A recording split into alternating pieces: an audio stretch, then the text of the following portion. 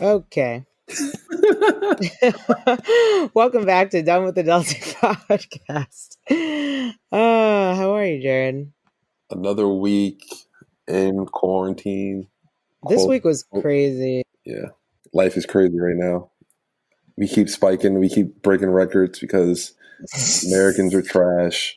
And Americans can't follow directions, and they want to politicize everything. It is really a hot mess. Like we could have been had this figured out, like every other country, but people don't want to listen People are right away. selfish. Yeah, and they want to feel oppressed for no reason. Like we're in the Oppressed. mad.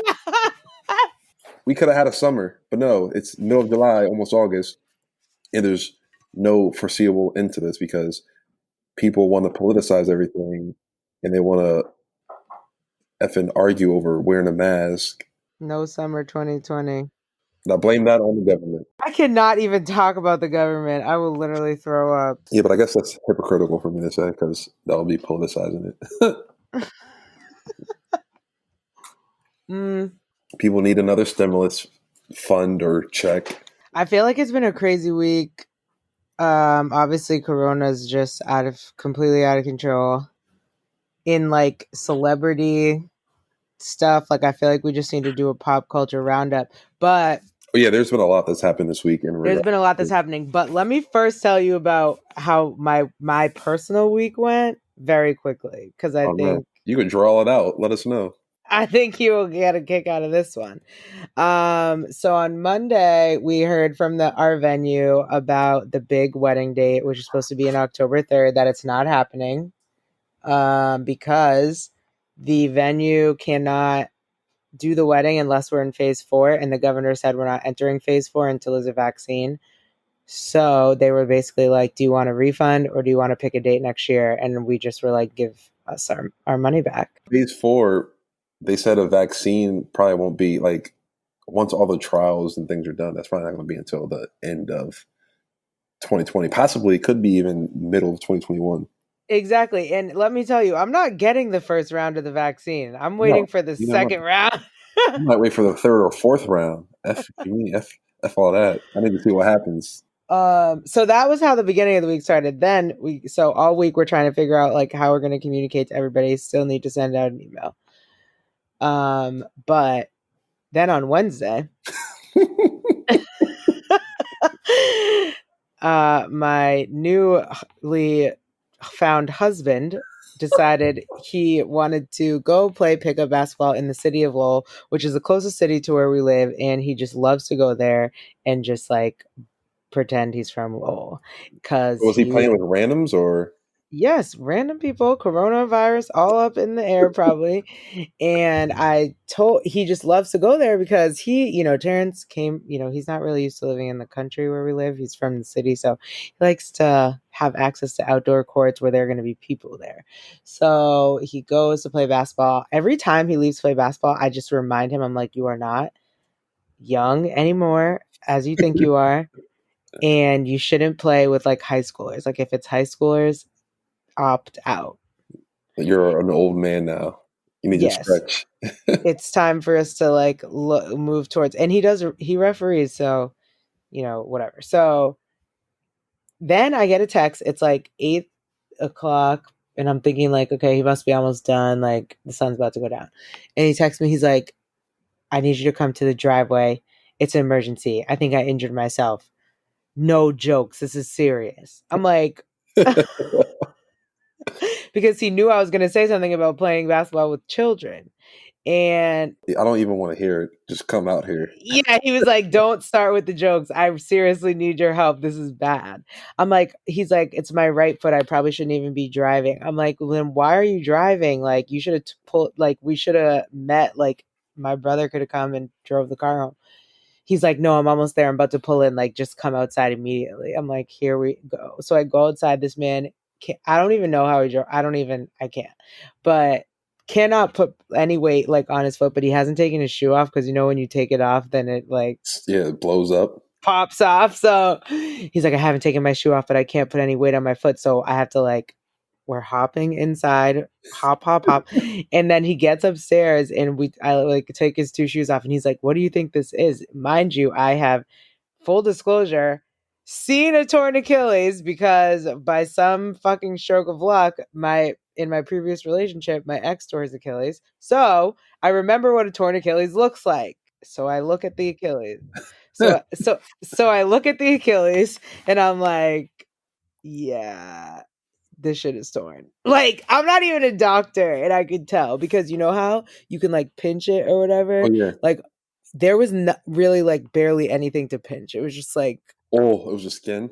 yeah, like it was Oh, like, your hair. and then I did the squeeze the calf check because when you squeeze your calf, it's supposed to like be connected to your Yeah, it like tenses up. heel. Yeah, so no movement. So I'm like, we need to go to the ER. So we go to the ER Wednesday night. Luckily, no one's there except for this one dude who came in coughing, no mask. I was like, Oh my god. don't get me started about that. But no one's in the ER. We're there till like 11:30, and the guy at the ER, the doctor at the ER is like, yeah, you definitely tore your Achilles, but they didn't. They only took X-rays because it was. They just knew, like they were like, we don't even need to see this, but we're gonna send you to the orthopedic tomorrow. So Wednesday he tears his Achilles. Thursday morning we call the orthopedic and they're like, yeah, you can come in right now. Just come right now. I'm like, this is great, speedy service. We get to the orthopedics office. We have a black doctor, so I'm lit.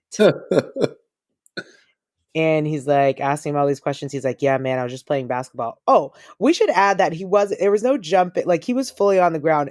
It was a jab step that tore his Oh, Achilles. did he fall immediately?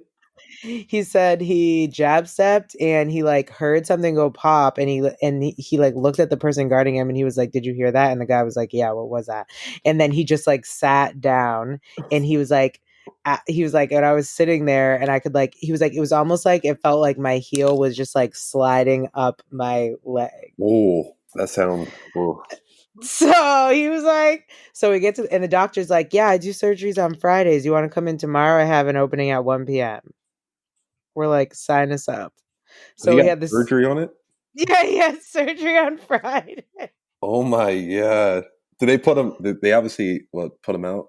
Yeah, that was his first surgery, and it was so funny because I mean, you'll definitely think this is funny if you know Terrence. It's funny, but when I picked him up, like he was fine. Like I thought he was gonna be. Oh, I couldn't go in. Like I literally had to drop him at the front door. I couldn't go for the pre anything. Like couldn't go inside. Like dropped him at the door. He crutched into surgery, sad and alone. It was so sad. So he crutches it. It's so sad. He's definitely nervous. He's never had surgery before. And so then I have him waiting around. It was actually quick. Like the whole surgery only took 45 minutes. He went in at the surgery started at 1:15 and the doctor called me at 2 p.m. and was like, he's done. But he has to go into recovery and come out of the anesthesia. So I didn't get to pick him up till like 4. It was like 2 hours. And when the lady rolls him out, and he gets in the car, and I'm thinking he's gonna be like weird and groggy and like sleepy, and he's like wide awake. He's like, get me out of this place. Like, just hurry up, drive away. Like, he just like wants to get out of there. And I'm like, how was it? Was it scary? What was it like beforehand? Did you ask questions? Did you know what was going on? He was like, yeah, I asked questions because I always tell him to ask questions if he has them because he'll just be like, okay, I just feel like you need to ask questions. He's like, yeah, I was asking questions. He's like, and then they were rolling me into the OR and when I got in there, I was asking them all these questions about how they were getting ready and stuff, but they had already given me anesthesia. He's like, but I guess it didn't work because then the nurse called on the phone and asked how much anesthesia I got. And then she told them to bring 1.5 milliliters more because I was talking too much. He was, the nurse was like, yeah, he's going to need a little extra because he's very talkative. So the nurse rolls him out and she's like, we just love him. He is so polite. He says, sir and ma'am and da da da da. And so when Terrence is in the car, he was like, I don't remember like what happened. He's like, when I woke up from initially, I guess I was talking to them, but I don't remember because when I was leaving, all the nurses were waving bye to me and calling me by my first name, but I didn't remember meeting any. Oh, so when he was in there talking, he doesn't even remember that. Like he was already out of it. I've never So been he's put like, under, but that seems like a scary situation. I was put under for foot surgery, and it's definitely scary because you're like, wow, like I'm about to be knocked out while these people slice me open. But oh my God, it was just so funny. So now we're in recovery mode for the next 10 to 12 weeks. We're supposed to go to remember I told you we had like booked a cabin for his birthday to go hiking and stuff, Oh yeah. canceled. That's in 2 weeks. So he has 2 weeks of a hard cast. Then we go back, get the hard cast off, and it's a boot, but he still can't walk with the boot. And then he has the boot for like probably another 10 weeks. But like every couple weeks we go in and he can like maybe put a little more weight on or something. I don't fucking know. Are they All giving I him know a is scooter or still crutches? no, they only gave him crutches, but I had a friend who tore their Achilles who offered to let me borrow their scooter. I had a friend in Jersey who tore his, and he was out of commission for a while. Yeah. It's like a long ass recovery. So Terrence is like, Yo, he's a real one. Like, I'm not gonna put him on the level of Kobe shooting a free throw with a torn Achilles, but him being able to drive home with a torn Achilles, I yeah, don't know that's how he did pretty it. tough.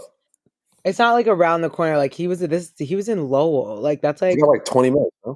I mean, it's less than 20. It's probably like 10 to 15, but it's still not like across the street. I feel like that road that you make a right on to get to your Hmm. street, that main road, I feel like that's 15 minutes by itself. Like that road is super long, and there's the boonies. Like that's by Oh, 15 minutes. when you get off the exit, Yes. okay, but when you go to Lowell, you don't drive, like you turn. If you're leaving my house going back to the highway, you turn to go to Lowell off that road before you get to the highway. You take like back roads. Do you get what I'm saying? Yeah. And you're dramatic. That road's only 5 minutes. 5 minutes and it feels like 15. But yeah, So, crazy. anyways, that was my week, and now I'm in nurse mode. It's honestly like, definitely still hasn't set in for either of us. Like Terrence is just like, like every now and then he'll just be like, I can't believe this is happening. But Yo, like, you need to get him a bell, and he just rings a bell whenever he needs something. I mean, you just I so. will throw up. We're already struggling. And but like if the wedding was still on, like literally the wedding got canceled and this man 2 days later tore his Achilles. If the wedding was still on, he would be just starting to walk. Yeah, so you wouldn't be able to dance. You I'm guys just like, wouldn't even be able to enjoy I just need Jesus to show me the bigger picture here because it. I have been really trying to stay positive. I mean, just more things keep getting thrown at us, but honestly, like, Hey man, that's life. You got to change and adapt. So whew, this is another level of adulting. I swear to God, I thought I was adulting when we started this podcast,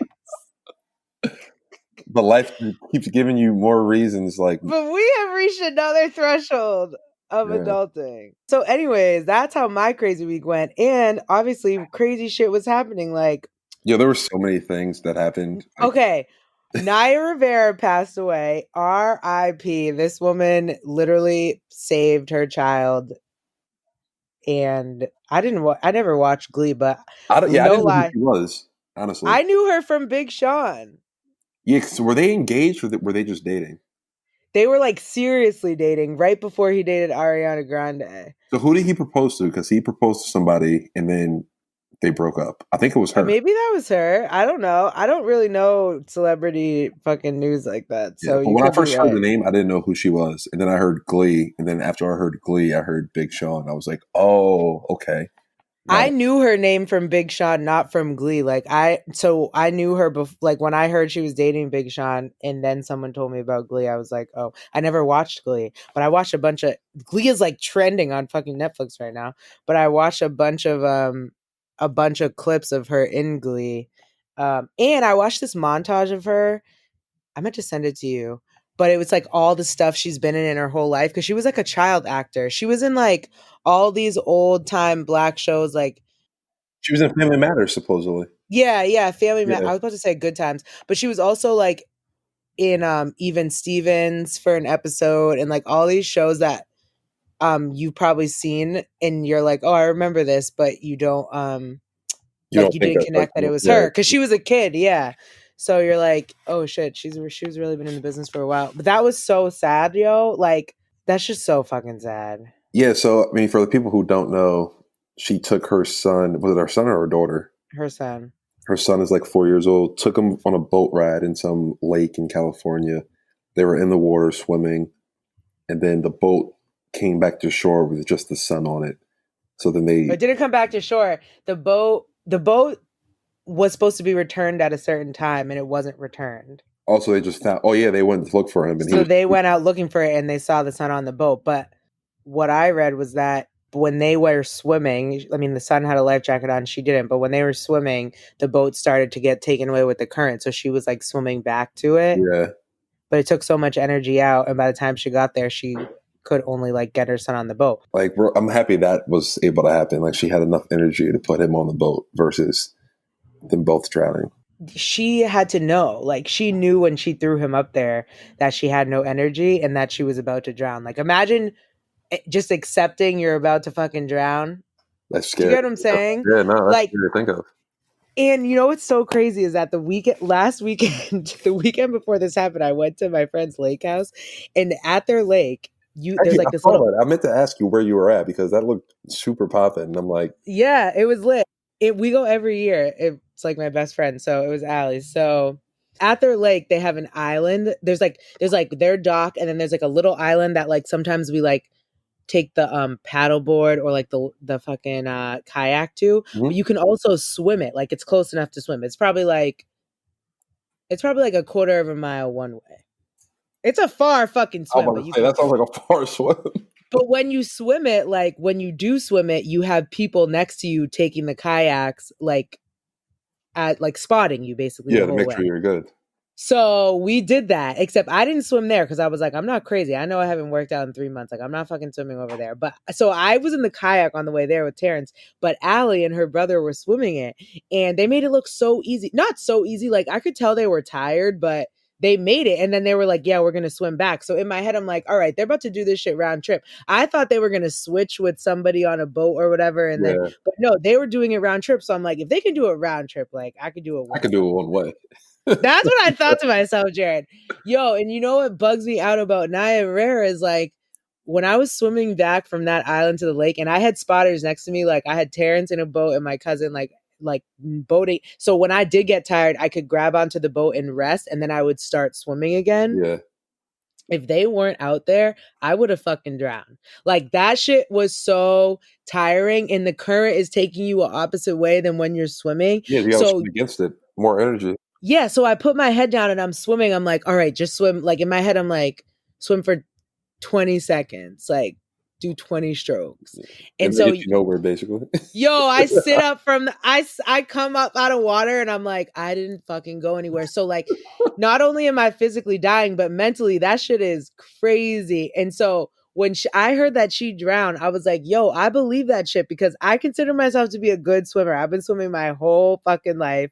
I've swam in oceans, like, and I could barely make it back to the dock. Like, I was dying. And then I laid on the ground for like a full hour because I was so fucking tired.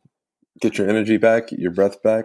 So I just feel like heartbroken that happened to her, and that poor child who's only 4 years old is just left without a mother. Yeah. Oh my God. Yeah. It makes me sick to my stomach. I mean, I was happy that they found the body though. Yes, thank God. You definitely don't want it to just keep going without them finding the body and then keep searching for her. I know. I mean, at least they found the body, and like we were saying, at least she was able to save her kid, because if they both were gone after that, it would just be even more sad. Right. But it's definitely an unfortunate situation.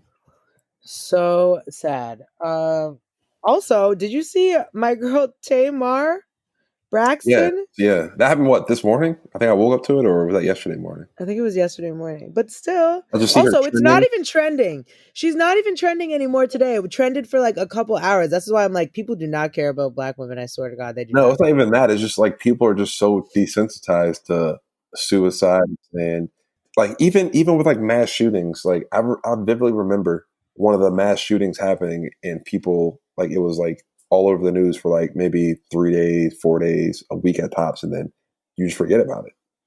Ridiculous. Like, Americans, and like, we're just so desensitized to trauma and certain things happening that we see it and then it's gone the next day, and we're just back to regular life. That's sickening to me. Yeah, it is. It's terrible. Without any type of changes, like it's pretty ridiculous. But Which, by the way, we still have not arrested the cops that killed Breonna Taylor, but don't get me started about that, I think please. I just saw an article that came out yesterday or today that said, I think for like she didn't receive any type of attention for like 6 to 7 minutes, and that could have been one of the reasons why she passed away. Like if she would have had immediate attention after she was shot, she could have still been here and still could have survived. That's like how DJ was. Yeah, it's crazy. Like the cops shoot you, and then they just don't even try to help after that. And it, like, I mean, even if they do try to help after that, it's still like, wow, you shot me. Now you're trying to save my life. Still, it's just just stop shooting people. Right. Stop shooting innocent victims who don't deserve to be shot at all. It's ridiculous. I know, right? There's just so much. I feel like we can't even fit everything we want to say into these episodes anymore. But what I want to talk about is Will and Jada, because this was first of all hilarious to me. I mean, we're like a week late, but I can't let it go. We're in pop culture news. We're super late.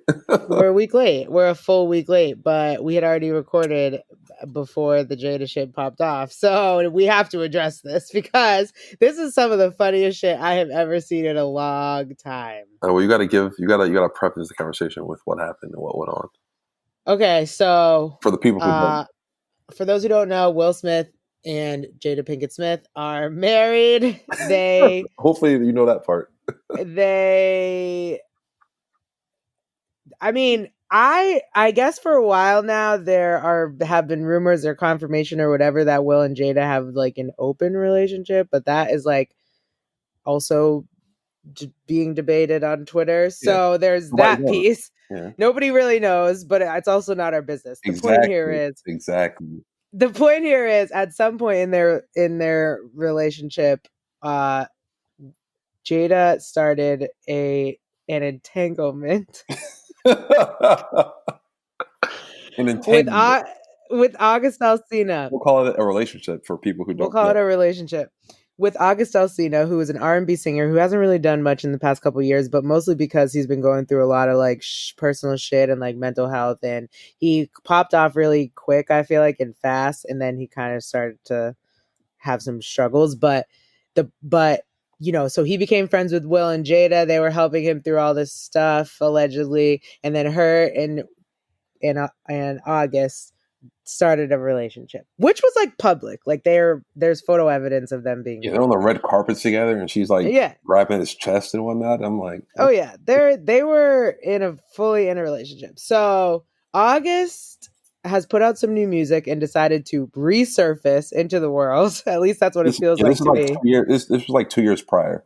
This happened like 2 years. This is like old, and he comes out talking about how he loved Jada to like he could die and know that he was in a real love, and he got Will's blessing and permission and all this noise. Yeah, basically, he just aired all their dirty business. I think he aired it because he had an album coming out and he wants people to listen to his album. But I agree. Yeah. I mean, what else has he like? He could have aired it years ago. So then Jada's like, I'm bringing myself to the red table, which was the dumbest shit I've ever heard. Wait, so what's the red table, though? What's the red table? Red Table is Jada's talk show that she hosts with her mom and her daughter, and it's usually about, you know, hot topics or things people are, you know, she brought on Jordan for that Kardashian drama. They brought on fucking T.I. when he was trying to police his daughter's stuff, and anything that happens, like now the Red Table is known as like this place where you air it out. So, but they also have like a lot of constructive conversation. You know, really, I love it. I think they aired on Facebook as a Facebook show.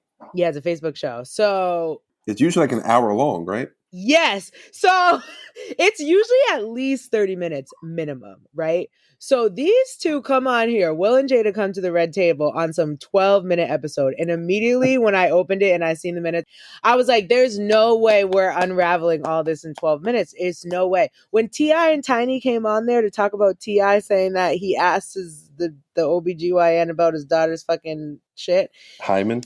Yeah, they had two parts to the episodes, and they were both like 45 minutes long. They're in the hot seat, so it's got to be quick. So now they're in the hot seat. So they go on there talking about But how hold on, to give them credit, this was old and previous. old news. So now they have to bring themselves to, like, that probably was a tough time in their life. Mhm. So now they have to bring themselves back into that situation 2 years after the fact, because now the public has found out. The public has found out, which is annoying. Yeah. Yeah. So they're probably trying to just like keep it surface level because they've moved on. So they go on there talking about Jada's like, yeah, I was in an entanglement, which just it just sounds like a PR word to me. Like somebody on her PR team told her to use that word. And they claim that they were fully separated. Like they are basically saying that at the time when August and Jada were together, they did not truly believe that their marriage was gonna last, right? Like that's how bad of a place they they still were weren't in a marriage, but they were saying that, yeah. It was it was like I don't know what actually happened, to be honest, but her cadence to Will was like, I thought you would never talk to me again. Like, I really thought our marriage was over. But they didn't address anything he said about permission. They didn't address anything. All they did was have Jada tell her version of it. Then they had Will there just to add in some zingers to make people laugh. And then he was there just to, like, I feel like they put him there just so, I mean, obviously for like the visual aspect of it, but also to say, yeah, this happened and I'm a supporter. We're way past it. Yeah. We're past it. I'm supporting her still. But the way they talked about it to me was so nonchalant, where August was like on that interview talking about I would die and feel okay because I was in love. Like they were just like, yeah, this happened. But then, plot twist. So then the Twitterverse loses their mind and they're like, Jada's a predator. August was only 20 years old. She's 40 something. He was going through a lot. Like she preyed on him, blah, blah, blah, blah, blah. People took it to the extreme like usual. And August came out the other day. Did you see that on Twitter? And he was like, I wasn't a victim. Yeah, he was like, I wasn't a victim. I knew exactly what was happening. And if you look up the definition of entanglement in the dictionary, that's exactly what we had.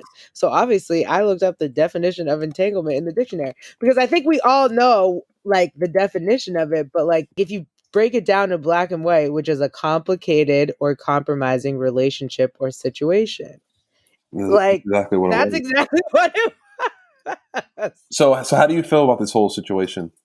You personally? I personally feel like who really, like, why do we care about this? It happened so long ago. It's none of our business. Will and Jada are obviously still married. August doesn't obviously feel any type of way about it. It's a fucking pandemic. People are dying. We haven't arrested the cops that killed Breonna Taylor. That is how I personally feel about it. I could care less. Yeah, my opinion is that it's nobody's business. It's their own personal relationship.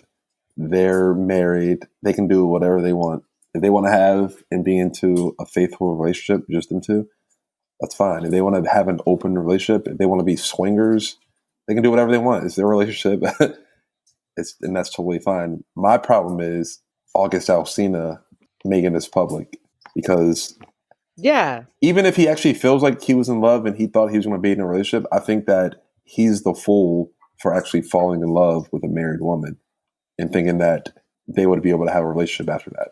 Not just any married woman. Like, can we just give Jada Pinkett Smith the credit? Like, this woman is, in my eyes, like, I don't know. She's just like up here to me. Like, yeah, in general, like they're on a different level. They're on a different level. Like when I think of Black success, like they're way up high for me, and just like who they are as people and individuals, and like obviously they're both so damn good looking, but also like they're up there with like they're pretty close to the Michelle Obamas, like the Jay-Z and Beyonce, and like power couples.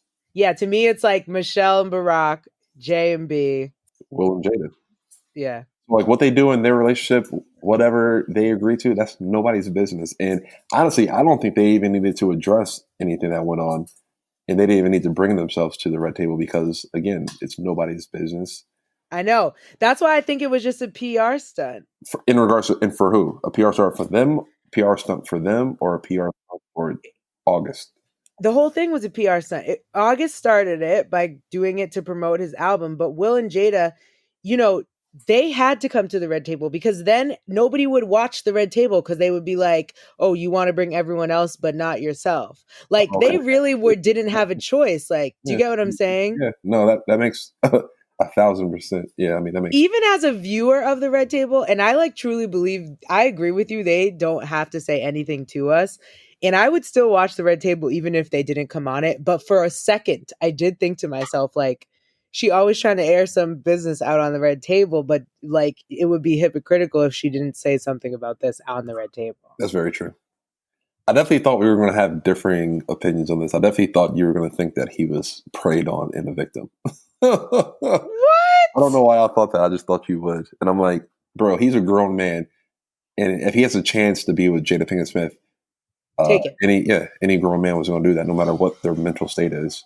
But I do think he's at fault for trying to put them on blast, airing their dirty laundry, and also falling in love with a married woman. Like, Yeah. come on, bro. And also, this is going to sound very like on my soapbox, but y'all, there are, other people, there are real predators out there. There are real motherfucking predators out there, and y'all don't care about them. But now Jada is with a younger man. Like, I swear, this to me, I take it personally as a black woman. Like, I swear, we just can't let black women do nothing. Like, we don't appreciate them. We don't care that they're murdered. Now they're predators because they dated a younger man. The reason why people are trying to say that she's a predator because there's an age difference and they think that he was young and his mind wasn't all there. But because like they say this all the time with like men messing with the younger girls that they're predators. So they tried to flip it around and say, well, if you say this about men, we have to say this about Jada. But I don't necessarily agree with that. 20, you're grown, you know what you're doing. And I don't think any man is going to say no to Jada Pinkett Smith. And I don't even think that it was like her trying to force a relationship. I just think it happened. They were around each other. And I mean, they're both attractive looking people and they just, yeah, go toward each other. I don't know. My last point about this is, at the end of the day, how are you going to tell somebody else that you don't know, you never met, you don't know anything about their life, that they were preyed on? How are you going to tell somebody else if they were preyed on or not? Do you get what I'm saying? Like, Yeah, y'all because are trying to tell August that he was Jada's prey, and y'all weren't even you don't there. even know the relationship that they had. You guys, we don't know anything about it. And we only know because they've disclosed that information, which they shouldn't have and don't need to. Literally, though, to me, at the end, the whole thing from beginning to end was just like, why are we even talking about this? So we obviously had to come on here and talk about it because you're not going to be slandering Will and Jada's name out here on these streets. Well, I did. I'm not gonna I've lie. I had did feel enough. bad for Will because he did look sad. He looked a little sad, and he looked like, He just looked like, why are we even doing this? Like, he was like, this shit just pisses me off. Like, he was definitely faking it. oh, what, the happiness or the jokes? Not the jokes, because I think he's a jokester. Like, I think his jokes were, because when she said entanglement, he was like, entanglement. Like, he He was like, reacted no. like us. He like, say what it was. Yeah. And she was like, a relationship? And she, that's what I said. He's like, no. You said entanglement. You called her out for it. I love that. Like, I thought those parts were real, but they definitely obviously had an agreement about what they were going to say and not say before they got Yeah, to that that whole table. thing in the end, they were like, we ride together, we die together, bad marriage for life. I was like, okay, I wanted to throw up. I was like, this is not what we're doing. hey, I still love them, though. yeah. I don't care what type of shit they're into. That's not up my alley, That's none but of our business who they want to entangle with, who they want to have relations with. That's none of our business. so anyways, the biggest, I feel like, bigger than Will and Jada is the Tory Lanez and Meg the Stallion drama. Bro, I don't even understand that. And I know information is still coming out about what happened, but I'm shook. honestly, I don't think my stance is going to change on anything based on what the information is because just hearing the story itself is, I don't understand it. But you Sick. gotta know what we're talking about. Sick. It's honestly, first of all, Meg the Stallion should be protected at all costs. This woman is a queen. Okay. And then So yeah, we're going to go into the Jenner and the Kardashian thing too because Yeah. Why were they there? Okay. I actually feel like this is how it happened for me. I woke up, I seen on Twitter that Tory Lanez was arrested on a gun charge. Was I surprised? Not necessarily. Then I saw that Meg was in the hospital. She had an injured foot or something, they said. They didn't say she was shot. I was like, that's a weird place to be injured, but okay. Then it comes out she was shot, and everyone on Twitter is like, who shot Meg? Start investigating. But still, no one's put it. I feel like at first, no one thought that Tory was the one to shoot her because I feel like they're cool. You know, yeah, they've been hanging around. Yeah, I'm a big fan of Tory Lanez. Personally, his music, I mean, he's a little reckless as a human, but his music is one of my, top 10 that I listen to. So then it comes out that he got charged with like attempted assault. No, I think it was assault with a deadly weapon. Because he shot Meg. Yeah. Allegedly. So right now the reports are saying that he's the one who actually shot her because they had some argument in the car and she was trying to leave the car and then he shot her. Like what? And I think if that happened, it's over for him. It's over for him. Over for him. And Meg came out on Twitter. Did you see her post? Yeah, she said that this wasn't an accident. Whoever shot me was trying to hurt me and inflict damage.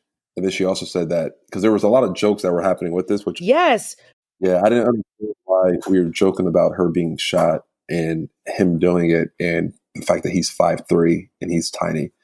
It's ridiculous. He's like 5'11", and she's a giant in some people's eyes. But I just don't understand what's so funny about this woman being shot. And she said she put that out and was like, "This is my life. I know it's the internet, so I know it's all fun and games, but this is actually my life, and I'm struggling right now." Yeah, and she was like, "I had a traumatic experience." Yeah, you got shot. She could have died. Right. And I'm just really disappointed because it's just disappointing. Like, we just need to know what happened. I need to know more. Like, why are you trying to physically harm a woman? Not even Meg Thee Stallion in general. Like, you're pulling a weapon on a woman. I don't care if he was off crack, coke, Molly, weed. He could have been on any drug, any alcohol. That's ridiculous. Well, so the plot twist is they were with Kylie earlier that day, right? Like everybody was together, everybody was hanging at her house, and Kylie is living her normal Instagram life. Yeah, she made it like she was like she didn't even know these individuals. Yeah, doesn't care, didn't know, and I just can't believe Meg got shot. I can't believe it. Wait, so did you see? I think it was either today. It might have been today. I haven't seen anything today. I've been a nurse dealing with an Achilles tear. Actually, yesterday she posted a picture, and the only body part of hers in the picture. Oh yeah, the foot. It's her foot, and she goes. The caption is like, "I'm so blessed to have the life I have, and I just keep receiving blessings," or something like that. I'm like, bro, you were just with these two individuals who are in this big, huge situation. One of them got shot in the foot. And now you're going to post a picture of just your foot in the sand, in the water, on a beach, saying how blessed you are to live the life you do. And you haven't acknowledged any of this when you were there. I've been saying it from day one. I swear to God, the movie Get Out was based on the Kardashians. I don't like the Kardashians or the Jenners, but I know a lot of people watch their shows, and I just don't understand how you can do that. But I think they are Get Out in the flesh. Everybody who messes around with them, immediately their career plummets. That's very true. Lamar, we could go down the list. Lamar, Tyga got worse. Ray J, whatever. Kim was married to Chris Humphries. Yeah, I haven't heard of him since they got divorced. Khloe dated first of all, Tristan Thompson. His game has totally gotten worse since he started messing with Khloe. He had like one good series, and people thought he was going to be something, but he's nobody. There was somebody else though. No. Who did Kendall used to mess with? Well, she was messing with Ben Simmons. She's Blake Griffin. Yeah. Who messed with Blake Griffin? All those bros suck now. And let's not even start talking about Kanye West because we all know this man is not the same.